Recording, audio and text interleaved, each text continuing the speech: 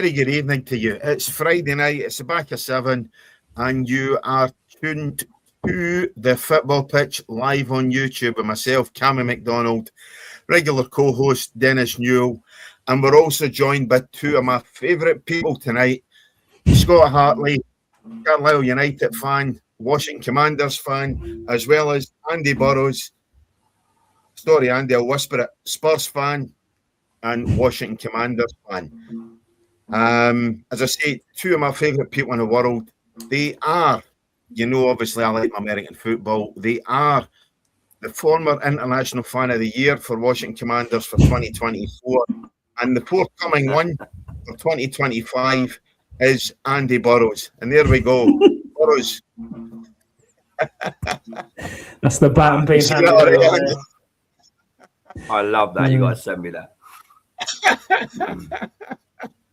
Sorry, I had to get that out the road early tonight. So good evening to you all, guys. How are we tonight, mate? How are we? Yeah, I'm fine. I'm okay. Everybody's good. Yeah, all good. Good. Where do we start? We get it out the road first of all. What the fuck is happening at Spurs, Andy? My God. I don't know. We're awful, mate. We're going down. We're done. We're getting relegated. I was there last night. Obviously, most of the people know me at pretty much all the home games. Stupidly just got a ticket for Liverpool away next week. Yeah, we're really bad. Just from the club, top to bottom. I think I've been on here when I was last on with you guys, and I remember Dennis asking me, like, is relegation, is it, do you think it could be a real possibility? Maybe. Yeah, it is. We're 1 point off the relegation zone. We've obviously got our next league game. We've got Atletico Madrid in the Champions League. I couldn't care less about that. We've got Liverpool away next Sunday. And then we've got Nottingham Forest at home, which will literally decide our season, probably, boys. From all the way from down the board, all the way down to the pitch, to the coaching staff, to everything. We are just a really, really badly run football club. I don't think I've ever seen a team with less fight than anything. You look at Nottingham Forest, you look at West Ham, they're fighting. They've got fighters. Yep. Nottingham Forest went to Man City, got a 2-2 draw. West Ham went to Fulham and got a 1-0 win, where we got beat last week at Fulham in one of the most dullest, boringest games of football I've ever seen. The thing is, this episode could last. I sent you a voice note this afternoon, Cammy. I was like, don't let me rant, because we could be here for hours, because I could go back and back and back and, over managers and the things, the decisions that the club's made.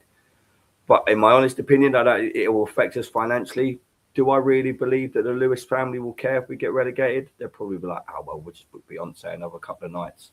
We'll book a few more NFL games. We'll have a few more this, that. And the last thing they care about is the football. But you've only got to see last night at half-time, when that third goal went in and won the 47th minute, the entire row in front of me and most of that stadium got up and left. The running joke today was I waited till full time to beat the traffic. I saw that, yeah. It's bad, mate. It's really bad, dude. Now, earlier in the season, you were actually on, I think, the day after the news broke that Daniel Levy was leaving the club.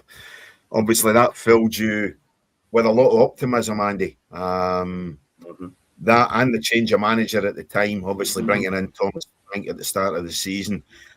It looked so optimistic, it looked so positive.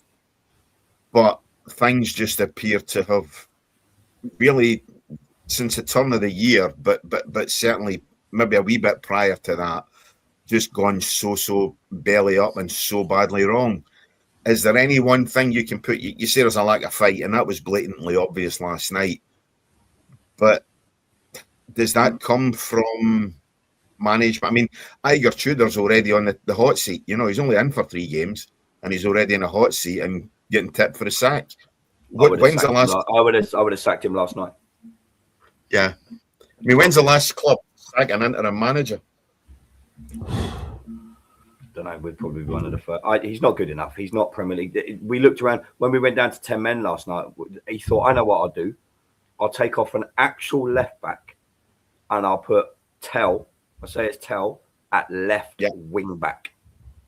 everyone in that stadium. Yes, He's a striker / forward / winger. Everyone in that stadium just looked right. Archie Gray has had more positions at Tottenham than the Kama Sutra book. Absolutely ridiculous. It's a joke. It's an absolute joke how many positions that he's 19 years old. He was our best player on the pitch by a mile last night. Set up the goal. Thomas Frank absolutely screwed us, to be honest. I mean, he wasn't the job was too big for him. We're one of the biggest clubs in Britain. We're not right now. Why did they make that appointment? Because I looked at it originally, and I need to go back through what I'd said. I think he's had about 11 or 12 clubs in the space of as many years. Yeah. So there was never going to be any long-term relationship with the way that he is actually going about his business. And again, it's the clubs are failing on this, because you're right in what you say. He's not good enough for that level of football. But having said that, he's been with decent enough clubs. But Tottenham need a big manager. Know someone that they hope will get them to turn the corner. And I think you're right. I mean, there's bits of press going about it now that they must sack him just 20 days after appointing him, or they're going down. Well, again, I keep rattling my gums every week on this about the people above managers, the club directors, and that's the failing I see now right across the board with football. They can't seem to get the right person that's a good fit for the club. And this is just another example of bad decision-making at Tottenham. And that's right at the top of the tree again. You say about managers there, Dennis, like Tottenham need a big manager. We've had them, though. Conte called out the club. We sacked Jose Mourinho 2 days before a cup final. I mean, sweet baby Jesus. I mean, don't get me wrong, the Mourinho football was terrible. It was boring. It wasn't quite as boring as the Thomas Frank football. But the club are renowned for doing stupid shit at stupid times. You know, you sack a manager, you get in. Okay, we want to change the philosophy. We're not going to play the Spurs way. We're going to get in born winners. Okay, we're getting Jose Mourinho. We sack him 2 days before the cup final. We're getting Antonio Conte. All he's ever known is win. That's all that man has ever known is win. Comes to Tottenham, calls out the club. And when you look back at it now, when I rewatched that press conference 2 days ago, while I was at work in my lorry, every single word that man said has come true. Every single word that man said, and I'm only saying what 61,000 Tottenham fans are saying. You know, yet there's no fight on the pitch. But when you look up to board level, look at the Lewis family, right? They said, right, we're gonna put £100 million into Tottenham. So what do we do in January? We sell Brendan Johnson, and we use his money to buy Conor Gallagher. I think he only ever turns left in his car because all he ever does is go around in circles. One of the worst signings we've ever had. So technically, we haven't spent any money. We bought in a 19-year-old lad from Brazil. Can't really ever go at him. And we bought a young lad from Hearts, and we chucked him in the youth team. You know, so we're probably going to fuck up that poor young lad's career as well, unless he's going to play in the Championship next season, because that's where we're going to be. I mean, that signing's lightweight anyway. I don't think that was ever going to be somebody coming for Hearts straight into the first team. Yeah, I get that, but now Tottenham don't need him. We don't need. I couldn't care less what's going on in the under-21s because we don't use any of it. You got Mikey Moore sitting at Glasgow Rangers, setting the world alight. He should be in the Tottenham squad right now. He should be starting for Tottenham. But it's only recently that he started to kick a ball. To be honest, if you'd watched him a month ago, you wouldn't be saying that. He's came a wee bit of light because the new manager's coming in. At Rangers, and he's installed a bit of confidence, and he's making them work harder, and it's rubbed off on the boy because he came up here with glowing references of how good he was, and I've got my other colleague at work is a Tottenham guy, and he asked me last week, and I said, well, to be honest, he's been a bit of a disappointment, but then everybody at Rangers is a disappointment, so you can't expect a young lad at that age to be a finished article. But yeah, I don't think it will do him any harm. But again, I don't think he would add much value just now if he went back to Tottenham. Oh, I don't know, mate. I've been to every game and I've watched every game. We've got nothing, Dennis. We've got absolutely. There's no fight. We don't even. don't get me wrong, we scored last night, but we sideways and backwards everywhere we go. That's all Tottenham are, mate. We're a joke of a club, absolute joke. And the thing is, everyone's like, what's one? Honestly, this is one of my last thing. I'll let you guys crack on because I've said this all day. All I've heard all day is I don't know if you boys have had TalkSport on today. All I've heard is you've got an amazing training ground, you've got an amazing stadium. Well, the fucking stadium ain't playing at right back. The amazing training ground ain't going to score me 25 goals a season. You know what I mean? You can polish a turd and etc. And it's still a turd at the end of the day. That's what Tottenham are. They're absolute dog shit. And everyone's saying you're too big to go down. We deserve to go down. We should be in the Championship. And one final thing, Leeds went down for 13 years. They're a humongous club. I reckon now they've changed this rule. You can finish 8th in the Championship. I'll tell you what Tottenham will do. We'll sit 8th full season, and the last game of the season we'll lose and finish 9th.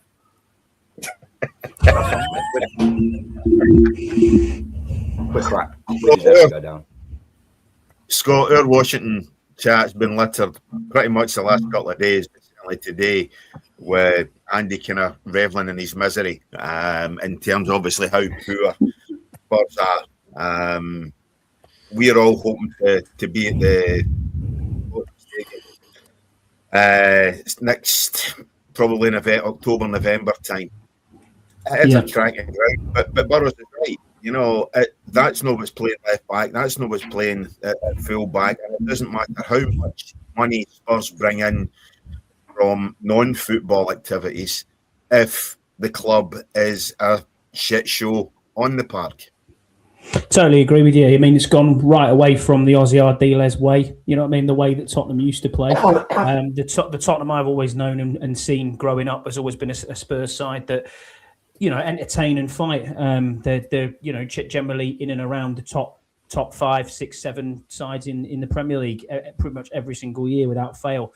You could talk about the Klinsmann era, them sort of sides, and then recently, it wasn't that long ago in the Champions League final, and to see a team like this struggle, it does happen. There's bigger sides and there's big sides that have gone down. I mean, you like you say, Leeds, Southampton.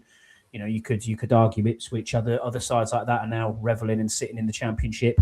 But yeah, it's a mess from top to bottom. When you have an Arsenal guy running Spurs, it's not going to sit too well either, to be honest. And I don't want to. I'm not here reveling in Andy's mess because it could be worse. You could always just support Carlisle United, but it is what it is. I don't think you're close, but I just think you might just stay up by the skin of your teeth. To be fair, you don't think you will? Absolutely no chance. I think you will, believe it or not. I think you might. That's my feeling on this. I think you will escape, but just. I mean, if you look at it now, look at our next 3 games. Yeah, I know that. And the two below you, Forest and then West Ham. West Ham will beat Man City at home next weekend. That'll be a kick in the teeth. Yeah. I mean, it's got to be doom and gloom because it's all self-inflicted at that club, Yeah. And you're talking there about how good the facilities are. Sometimes players are spoiled, You need to go out there sometimes with a big stick and get them to work for you. My view would be if I was in that dressing room, my attitude would be, you're not going to get me the sack. So I'm going to run you into the ground. And that's what's lacking. Player power now is unbelievable. Yeah. And I know the old generation of my breed was you roll by fear to a point. You never do that nowadays. But I'll tell you what, you've got to make them work for you. If they don't work for you, what are you doing in the job? Because supporters are not stupid anymore. They can actually see the lack of commitment and effort, and the abundance of money that these players are getting is scandalous for their performance. You think about how much people are paying to go and watch these guys, and some of them just don't even want to put a shift in. I think it's sinful. It really is. But it's down to the manager to get the most out of them. So Andy's telling me today, obviously, he's paying £95 for a Cat A game, which to me is an absolutely scandalous price, to be paying that kind of money for a Category A game at any level, is absolutely shocking. But when that's getting pissed away up a wall on £200,000 a week players who cannot kick their own backside, it's very, very little wonder that Spurs are in the state that they're in, and that fans like Andy are becoming seriously disillusioned.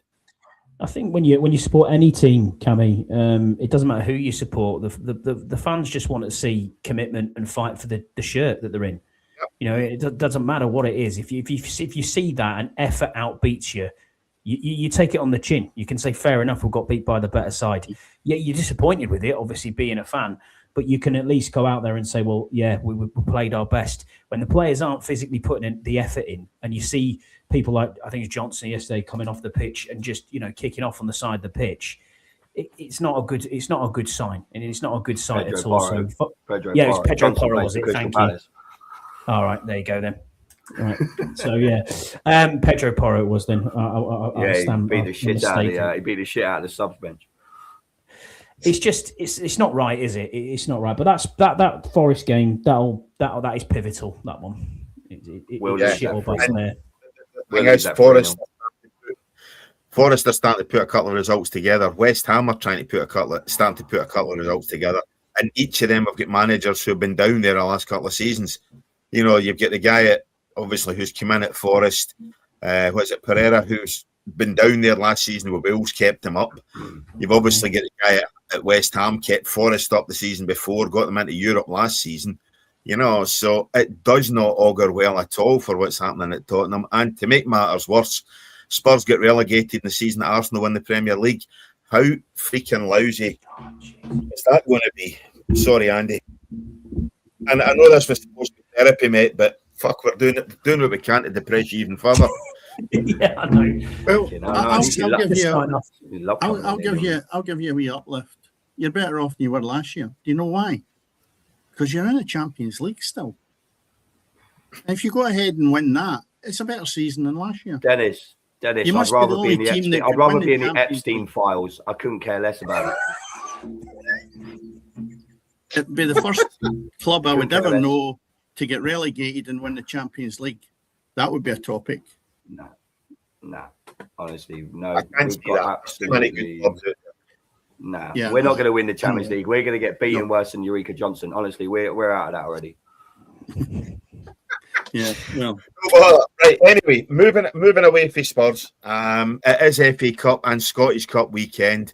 Gemini done something for me in terms of managed to get the Emirates FA Cup fixtures right. It's completely cocked up the Scottish ones, but never mind. We've got the English ones. Tonight we've got Wolves taking on Liverpool. Tomorrow, if this is okay, it's Mansfield against Arsenal, Wrexham against Chelsea. That is going to be an absolute cracker at the racecourse. Is it still the racecourse ground they're playing at? But it's going to be a cracker. Yeah. Saturday, we've got Newcastle against Man City. Sunday, Southampton. Port Vale against Sunderland. I watched the game the other night. Port Vale, obviously.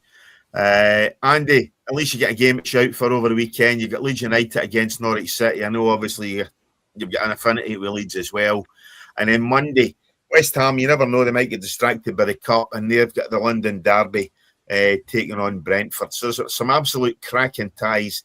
Starting off tonight, a repeat of I think that was during the week there as well. Wolves beat Liverpool 2-1 late on in the league. So even Wolves are fighting down at the foot of that table as well.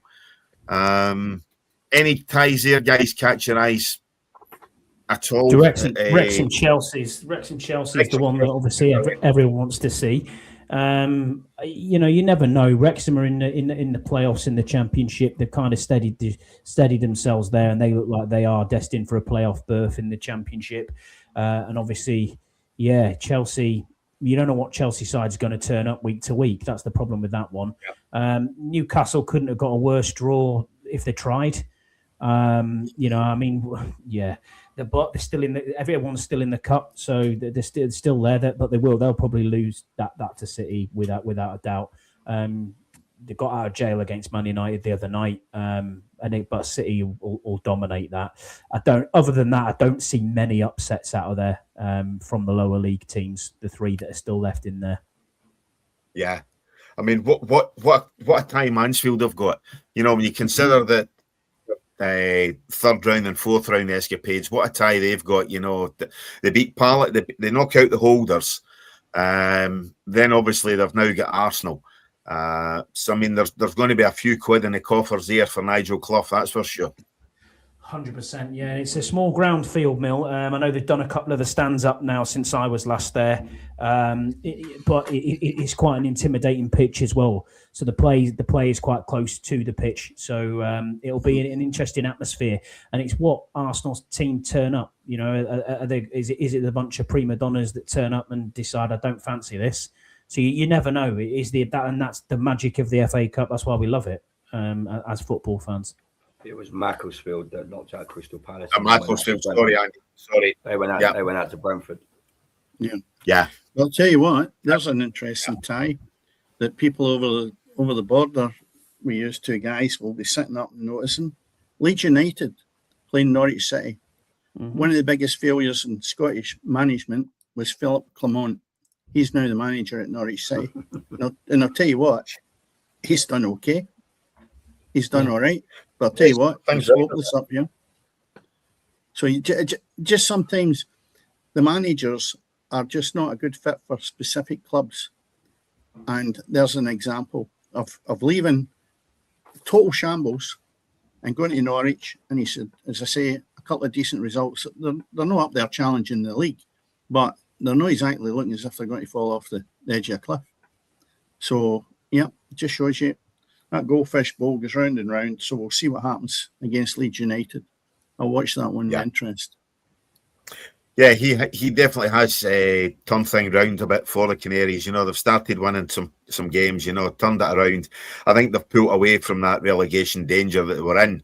Certainly, as you say, Dennis, they're not going to be challenging, but they'll be building for next season, you know, and a nice wee visit to Elland Road is a good test for them. And I would expect Leeds United to have enough for them.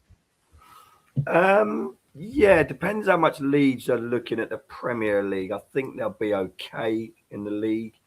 And if you think about it, if you get through this one, you're in the quarterfinals. So looking at it, it'll be a great chance, because you think if they beat Norwich, potentially could play Port Vale or Sunderland in the next round, could play West Ham or Brentford. That gets you into the semi-finals and a day out of Wembley. So, yeah, why not? I'd love to. Obviously, my family ties with Leeds United. I'd love to see Leeds go and win the FA Cup. I'll be cheering them on. I want Leeds to win every game they play until they play Tottenham. But it'd be interesting. Like you say, the guy has come down to Norwich, Clement. He's kind of steadied the ship a little bit. He was under fire. He was like, when I remember watching Soccer Saturday, and one of his, I think it was just like his third or fourth game, and they were like, he could be gone after this game. And he seems to have steadied the ship a little bit. It's hard coming down to the Championship, and obviously we all know what happened up at Glasgow Rangers. But yeah, I'd like to see Leeds. I think Leeds. I think they should have enough, mate. Yeah, I'd like.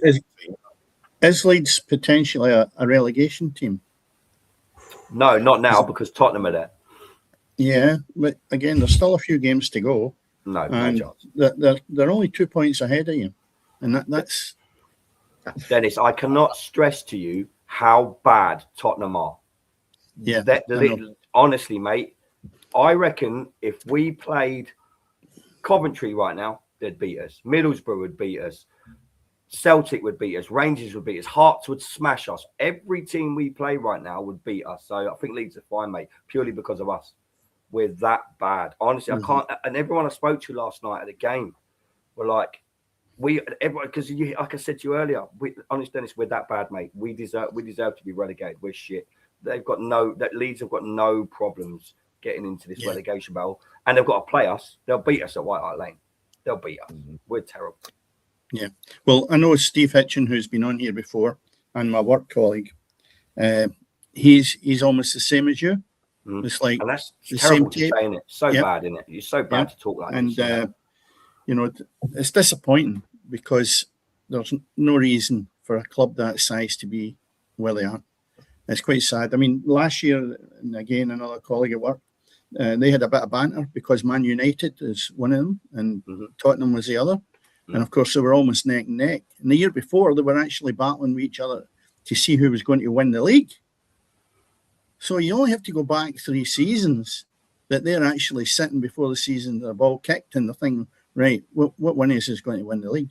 And then the decline in both clubs last year for Man United, who are fairly respectable at this moment in time, you could say, considering where they were. They acted and spent some good money, didn't they? They acted and spent some money. We've just gone we've gone to Poundland. That's what we've done. It's what Tottenham have done. It's what we've always done.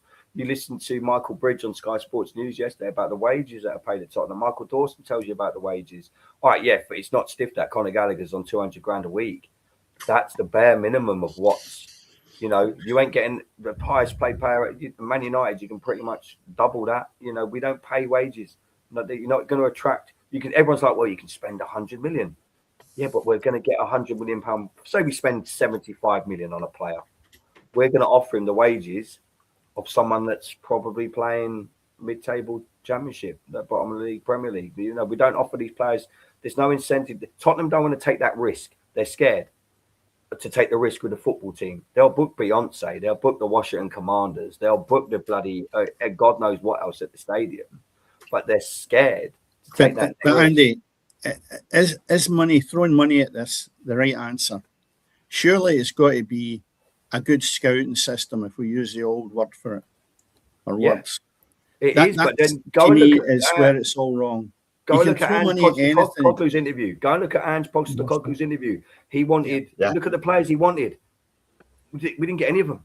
He wanted Gay, he wanted Mbumu, he wanted Bruno Fernandes Tottenham wanted him before he went to Man United. And they went, okay, we'll bid for them, but we're not paying the wages. Guimaraes he almost signed in, didn't he, from Newcastle? Jack Grealish was nearly done. Eze was nearly done, and we stalled over the wages. Eze's agent contacted Arsenal and went, look, he's an Arsenal fan, he wants to come. And that deal got done in 24 hours. 24. You said it at the time. You were actually on here the day he signed for Arsenal, and you said it at the time, And as I says, I couldn't understand why Mbumo didn't leave Brentford to come to you when he had been playing with Thomas Frank, obviously his manager that he knew, that he'd worked with. Wages. Money that's went to Manchester United, and he's been a revelation at Manchester United. Oh, what a player. Brilliant. Definitely. Yeah. Gets me points every week. Gets me points my fantasy team every week. You still ain't catching me though, are you? 100 points? No, I don't think so. But listen, as I say, I've only took it serious the last few months, So. You've done well, mate, to be fair. Hey, listen, you'd take fucking finishing 7th, with Spurs. Never mind. Oh, dude, if you offered me that right now, I'd chop your hands off, mate. But yeah, no, we're getting relegated. Anyway, let's talk about something better than bloody Tottenham. I was going to say, let's look tomorrow night, Scott, 5:30 kickoff. Carlisle United taking on Southend United. Former sides, former league sides. Obviously, this year you'd probably be expecting more, but you look at the top of that National League, you've got Rochdale, 2 points clear of Scouse's York City, then you're a further 12 points back with a game in hand, granted. You're looking at a playoff spot for definite. But we are now, Tammy. It's been a funny season. You go into the league, you're paying. I think the last time I was on here, we were talking about how much money we're paying certain players. $6,000 a week, not $8,000 a week. We were talking about in the National League, which is quite mental wages, to be honest, for that level. I'm looking at a side like Forest Green Rovers, who signed their 46th player today, which is just insane. Their wage bill was just over 5 million. I think our wage bill came out this year and it was just over 6 million because there's no fair play rules or PSR rules in this league. So it's been an interesting season. One of them where we just can't seem to get past them top two. If you look at York, we're 8-0 down on aggregate over 2 games. And if you look at Rochdale, we're 3-0 down over aggregate on 2 games. So you just can't get past it. I was thinking that Rochdale would falter. I know it's only 2 points, but they've been playing Saturday, Tuesday for about the last 6 weeks because they had to relay their pitch partway through the season because they kept getting called off games and it was quite an expensive job. I think it's like nearly 500 grand there to pay on the pitch, and they were playing at like Accrington Stanley and all over the place to try and get games on. But it's been a struggle this season for us, but we've turned the corner. We've got a bit of form with Mark Hughes at the minute with 4 wins out of 5. The other one was a loss, and that loss was quite a disappointing loss last Tuesday away at Hartlepool, 3-1. They just absolutely destroyed us from start to finish. we just didn't turn up. It was one of them games where you looked at it and said, we're not even here today. We're not even off the bus. And I don't know why, because it's one of the least games that you travel for in the league. But yeah, I'll be going tomorrow night. They've done a deal for this game, £10 a ticket. I just saw social media earlier saying they've just passed the 9,000 mark on bought tickets already, plus the people who probably just turn up on the day. So probably going to have a bumper crowd. It's on DAZN for anyone who wants to watch it. Normally the 5:30 kickoff is the game that's on a Saturday. And yeah, Southend aren't in the best form. They're 7th, and they're the final team that we're playing that's outside that playoffs. So of the top 7, this is the last game we've got of anyone in the top 7. So I'm hopeful. We need to get 3rd because you get a bye in that first round of the playoffs. And then we will see where we get to on a Wembley trip. But I'd rather it wasn't York, because when we played Rochdale a couple of weeks ago, they got a free kick goal, header from a free kick. And overall, it was probably a draw that game, to be fair, but against Rochdale. So I think we could cause them more problems than York. York just passed us off the ball, and they've scored 96 goals this year already, York, which is mental to think. Carlisle-wise, I honestly think we could finish on 100 points and still finish 3rd, which is absolutely insane. Is there too many teams in your league? No, it's 24 teams, the same as. I mean, a lot of them, Dennis. There's probably 6 or 7 of them that are still part-time.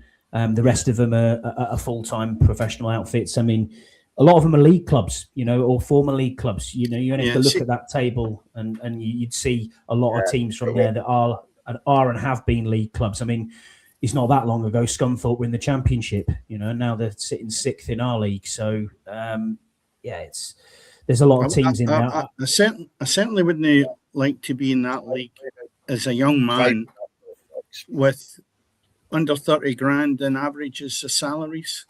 If you're full-time and you're earning 30k, that might be okay if you've got longevity with a job that's going to last you to whenever. But all you need is an injury or something else. And the further you go down the line as you get older, what are these guys going to do when they retire, when they've got a mortgage to pay, maybe a couple of kids? The well just dries up. If you start at, say, 30, you've then got to start and think, what am I doing? And I just look through that league there and I go, tell you what, there's hundreds of players in that league. And you just wonder when the well will dry up. And are they really looking forward to what they've got ahead of them? And that's concerning. I know we've talked about this in the past, players being part-time and having a decent job, it's worthwhile. But when you're saying there's still quite a few full-time teams in that, with the salaries roughly what I've mentioned there. 6 that aren't full-time in that league. Truro, I think, are one of them. Boston, I don't think, are full-time. Right.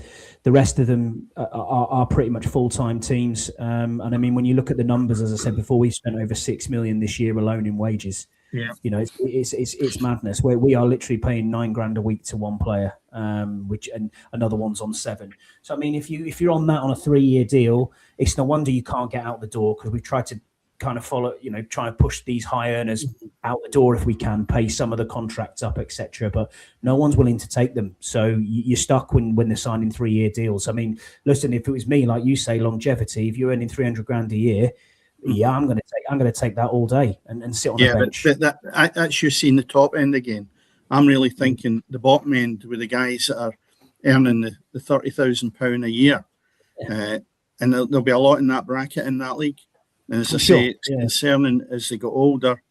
And I know players in the past I've never really thought beyond the fact that they're going to play football. Then they have kids, then they have a house, and they then wonder why they can't pay the mortgage whenever their career starts to dip and they have to go down in salaries, and then they just fall by the wayside. I always think that's a bit worrying when you see the guys that are professional footballers that maybe don't look ahead for themselves when they're a bit older, and you'll have lots in that division. It's a tough league, but we're getting a lot of cast-offs from Premier League, B-sides and whatever else. So a lot of the southern-based teams in this league, Boreham Wood, for example, who are doing really well this year, they've consolidated themselves. They've got a decent setup, a decent manager who they're stuck by. The chairman's very good at that side. And, they're getting a lot of the players from the likes of your Arsenals, your Spurs, who maybe don't make it at that level in that game. And they're going, well, we'll take these young kids in and we'll see how they go. Honestly, I would look at that top league. I mean, Barrow, my local club, have just dropped into the bottom 2 of League 2. There's absolutely no difference between the bottom 10 of League 2 and top 8 of the Vanarama National League. There's no difference whatsoever. It's interchangeable, I promise you. Any one of them sides would do really well. And don't be surprised if it is York who win that league, that they don't take it by storm and they're in League 1 in 2 seasons. Mm-hmm. I look forward to playing them at Tottenham Stadium. But yeah, I'll be there tomorrow night. Cheering just them quickly, on, just quickly. I know. Do you know what you said about the players there, Dennis? Just really quickly. When I was at Wealdstone, do you remember the player Simon Garner? Yeah. He come and played for Wealdstone. He come and played for us because obviously, you know, I know he had his issues outside of football, but when I was at Wealdstone, we like Simon Garner, probably Blackburn Rovers is all time like one of the greatest strikers. I think he played a bit in Scotland as well. Rocked up to training one night and Simon Garner was there. You're like, wow, this is like one of the best finishers at the time of his era for Blackburn. I think at the time he was Blackburn's leading goal scorer. So the fact that he had to play non-league football, you know, it's not that he wanted to, he had to play non-league football at the ripe old age of 37, 38, 39, because he, like Dennis says, he didn't think about, you know, what was to come, and that's when we were in the Ryman Premier. So probably the league below where Scotty is now. Yeah. I mean, we can talk all day long about the 200,000, 300,000 pounds per week for players, but that's a handful.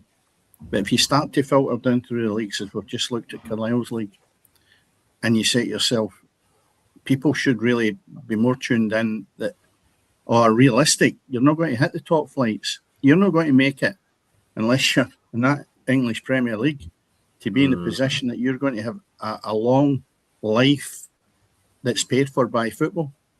And there is players that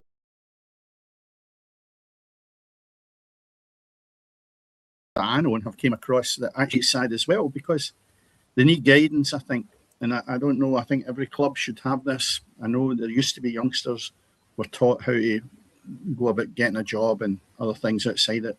But I don't know how deep that goes now and what they do towards players that don't make it. Because one of the big problems you've got now, Dennis, is as well, though. So I obviously everyone knows me. I was involved in non-league football quite heavily. I know players in step 5. So think your non-league football up in Scotland, down here is the same. You know, your step 5, your step 6. The problem you've got is now I know non-league teams paying players £1,000 a game. Yeah. Who was that crypto team that we went and watched? That Real time? Bedford. So yeah, they were getting you come, Scotty. So yeah, and fair play to that guy. I mean, he gets a lot of shit, but he bought his local team. Well, he wanted to invest in Bedford, and they said no. So he's like, okay, I'll set up my own team, Real Bedford. This guy owns Bitcoin, and they'll be in League 1 within the next 5 years, I think. They're throwing money. So I know someone. I won't name him because it's not my position to name him. I know someone who's a friend of mine.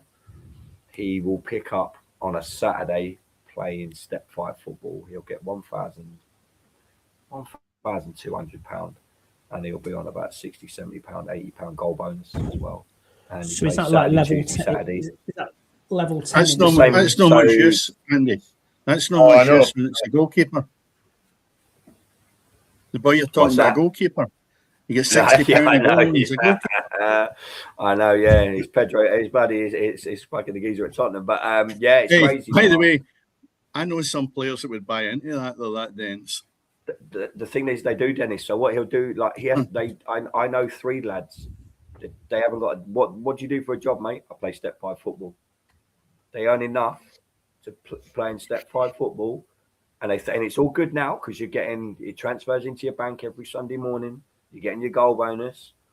One bad tackle, that's not getting transferred into your. That's not getting transferred into your bank on a Sunday. When I was 18, 19, if we got £40 a game, we were like, oh my god, someone's giving me £40 a game. Now, you know, it's there are teams out there in non-league football, and you guys. I don't know if it's the same in Scotland. I don't know if non-league football pays as much in Scotland. You guys will be able to tell me, but down here, it's crazy. The junior game is probably the equivalent in standard, but it's nowhere near that. No, absolutely nowhere near it. you'll find your non-league football will be paying maybe £1,500 a week. Our probably our first division doesn't pay that.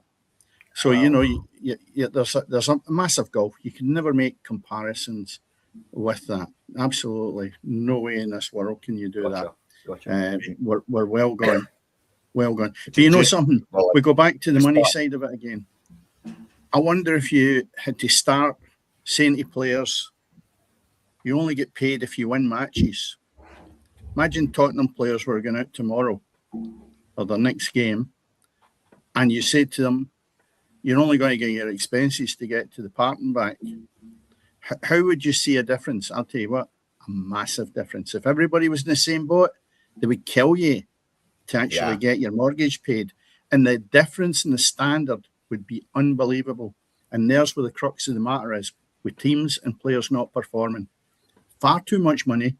And if they had to work for their money, I mean real work, and that meant getting results, the standard of the game would be an awful lot higher. You can't reverse it now. It's a million miles down the road.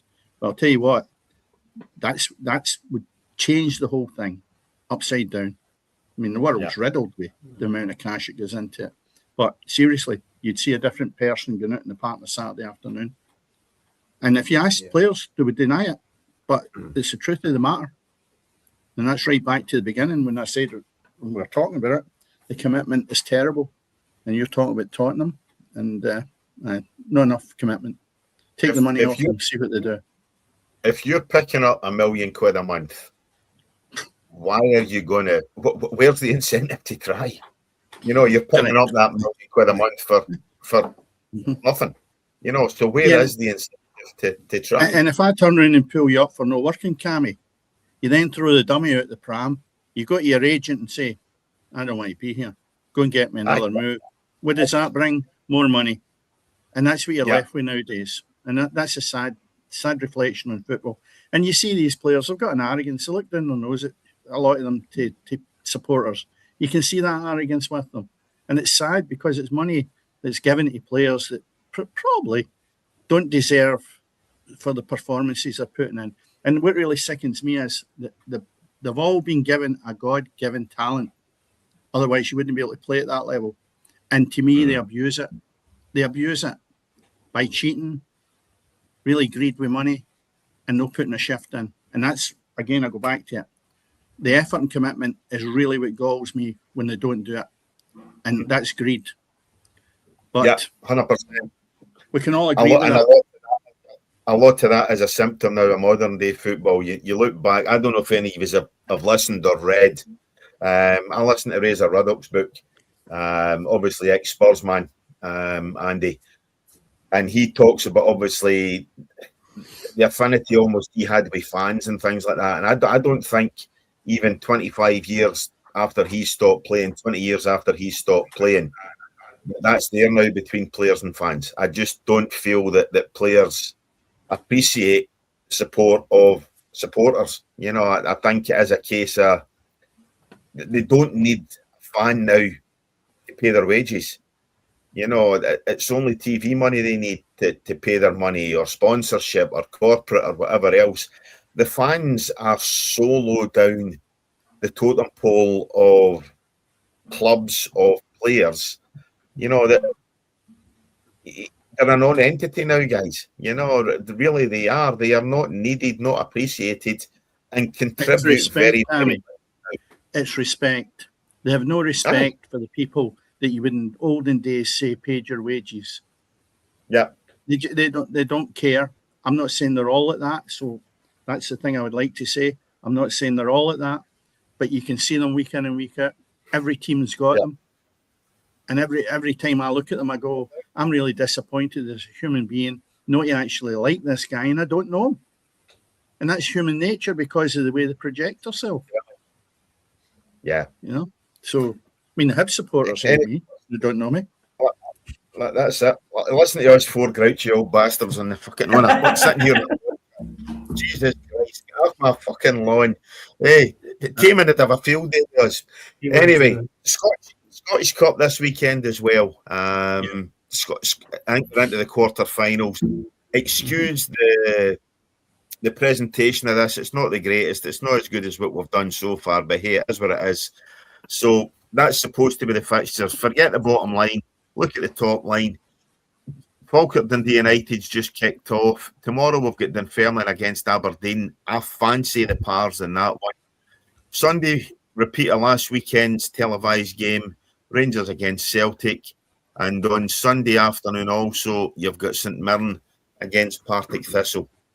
Massive incentive there for clubs to get into the semis because they know they're going to lose an Old Firm representative. There's neither of the two sides there for Edinburgh.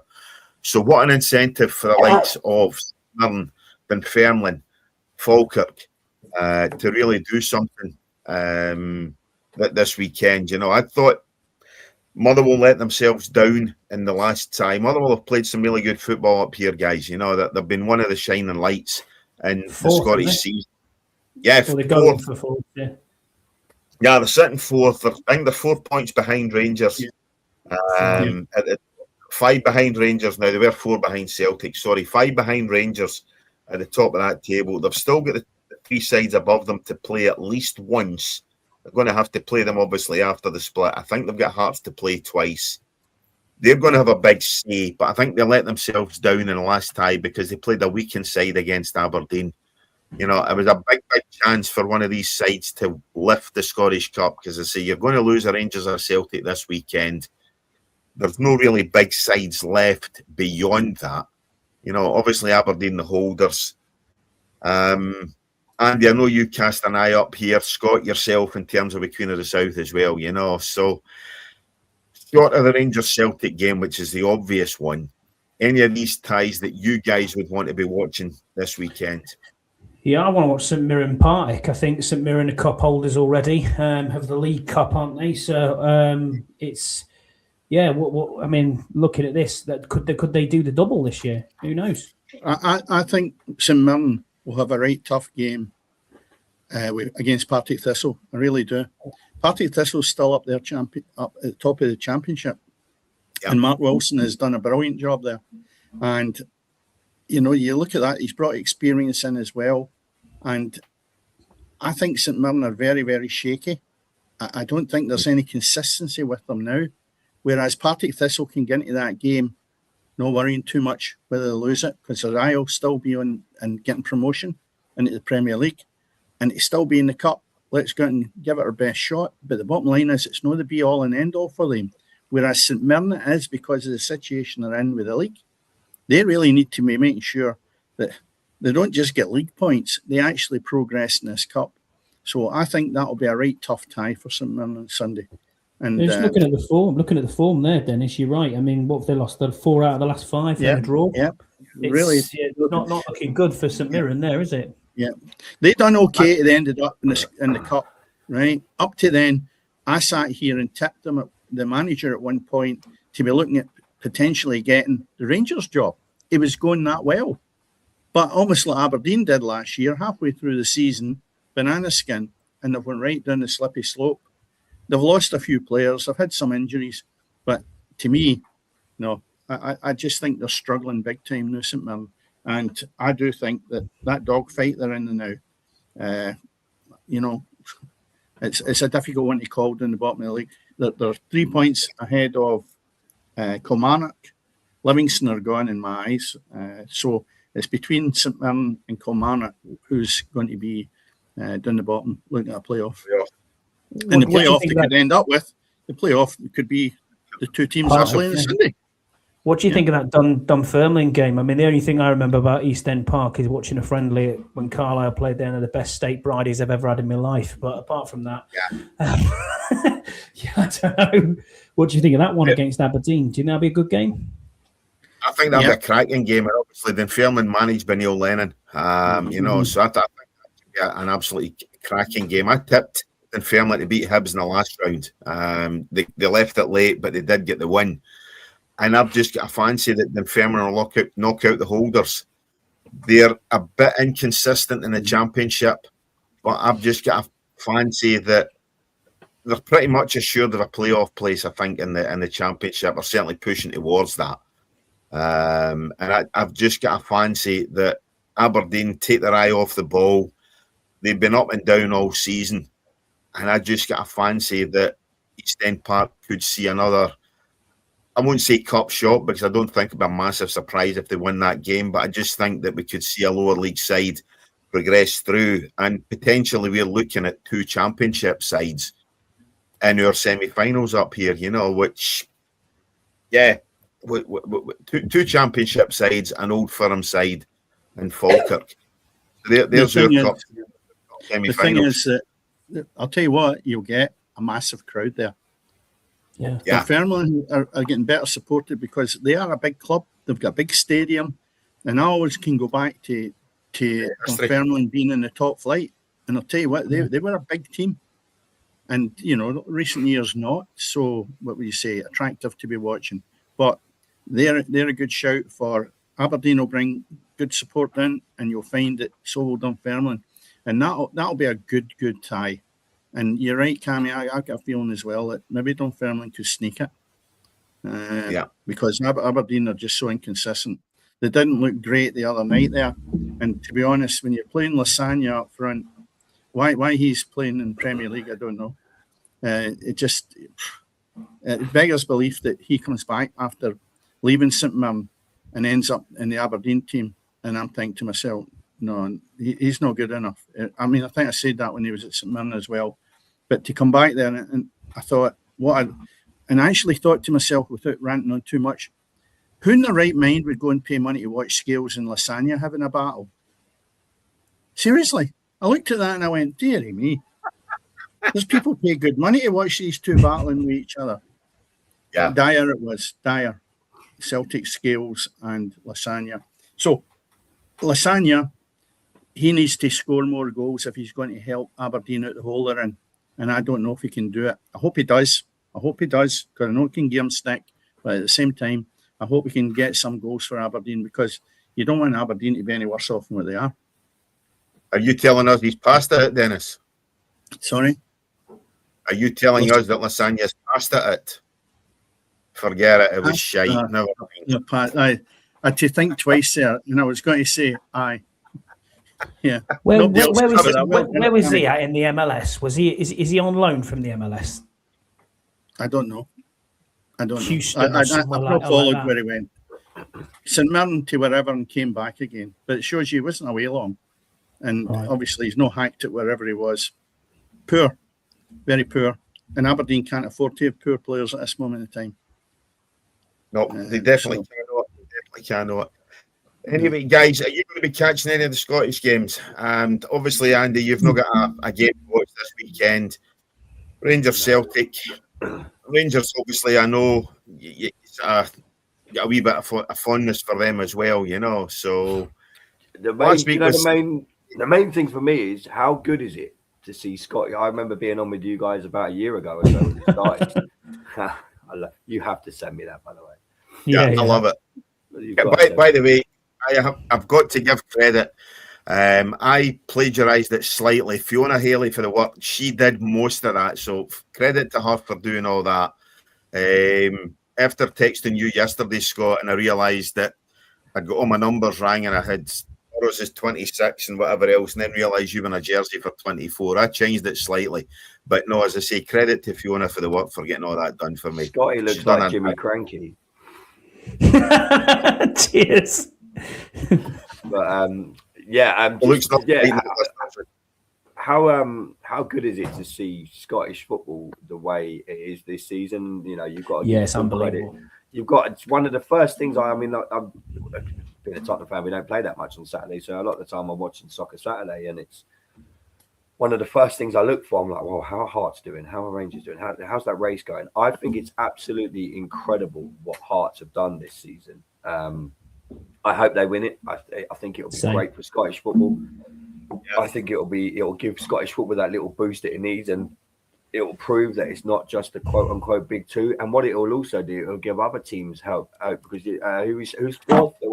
Motherwell. 3 points. Motherwell, what, 4 points behind Rangers or Celtic? Yeah. Sorry. I think it's incredible to see Scottish football. And I know we all have the banter and stuff like that about they couldn't survive in the Premiership and the Championship, and in 10 years' time that might change. But for Scotland, and I said this with you guys a year ago, I think you need a good league, and it's baby steps, but it's a step. Yep. If you would have got probably the odds on Hearts at the start of the season, they wouldn't have been quite Leicester City odds, but they would have been high, and full credit to them because they've come under pressure as well. They had a little wobble, obviously losing to Rangers, but they bounced back, and I just pray to God that they stay up there, and I would love them to win the title. I think it'll be so good. The only thing I want to see change in Scotland is the Champions League qualification, because why the fuck should you win your league and then still have to qualify for a competition? That is so bang out of order. When you look round in the Champions League now, the way it's structured and how many carrier bag player, carrier bag are in it, and bloody God knows what else, and some team from the dog and duck. If Hearts win the league, which I hope they do, put them in the Champions League. Don't make them qualify for it. They've earned the right. Why should they have to prove themselves again? And if you want to make Scottish football a better, which and I'm an Englishman, and I will have banter with you guys until the cows come home. But if you want to make Scottish football better, then you treat them the same as everybody else. Why should Arsenal win the Premier League and Hearts win their league? And I get money, I get TV rights, I get all of that. But don't mug them off by going, you've just gone through 40 odd games a season. It's not like the Premier League.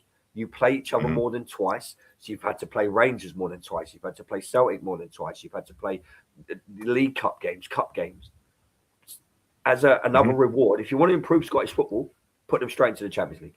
That way you'll generate more money, you'll generate more income, you'll generate more TV revenue, and it's not a helping hand, it's not a handout, it's a respect thing. It's you've earned this right. You're now guaranteed 9, 10, 11 games of Champions League football because of the league structure. And Hearts versus Barcelona, you're guaranteed some big games. The money that Hearts will generate from that will, if you keep doing that year on year on year, will help Scottish football, and that's what needs to be done, in my opinion. I mentioned this before, and I felt that why should England have 6 teams competing in the Champions League when it's called Champions League, when in actual fact 5 below that win the league are no champions? I mean, Cammy's said it before. We had a conversation on this, Andy, maybe about 5 weeks ago, and I raised it. That just felt like what you're saying. It's shocking that we actually have to find qualification rounds and one team going into the Champions League proper. No, you've got 6. Why? Now, you can't be said rightly, it's money, but it's wrong. Yeah. Why? It's called Champions League. One goes in. If it's like you said earlier, Dennis, one goes in. Like you said earlier, we're so far down the road now with money, you can't come back. And it's all about money. And, Tottenham finished 1 Europa League, got into the Champions League. Next season, you can finish 8th in the Championship and potentially be in the Premier League. I mean, what are we doing? It's all about money. You're going to finish 8th in the Championship, and you potentially. Don't get me wrong, if Tottenham finish 8th in the Championship next year, I'll be like, well, we've got a chance of coming back up. It'll be us. We'll fuck it up. It won't happen. But, we'll have a chance to come back to the Premier League. So, but I think it's ridiculous. I think it's an absolute joke. And, but again, like Dennis said way at the start of the show, like about an hour ago, money. And TalkSport and Simon Jordan mention it all the time. We're so far down the road now with money, there's no coming back. And it's only going to get coming back. Yeah. That's it. And when it does get worse, we'll be here to discuss it. That's as close a link as I could ever get, because everything does happen on the pitch. As I always say, and haven't did tonight, go ahead, like, subscribe to the show. We're on YouTube every Friday live, except next week we're Thursday, but every week we are live. You can get us on YouTube, all good podcast platforms. It's been a great night tonight. Thanks as always to Dennis Newell, and thanks very much to our special guest, Scott Hartley. I cannot wait to see you next week, mate. And looking forward to it, Cameron. Going to be a cracking weekend this weekend. because of that, as I say, we're here next Thursday. So we're next Thursday at 6 o'clock. We'll be doing the show, but we'll go out live. It will be here, obviously, Friday night. But as I say, go ahead, like, subscribe, because I say everything's always happening on the pitch. Good night. Good night.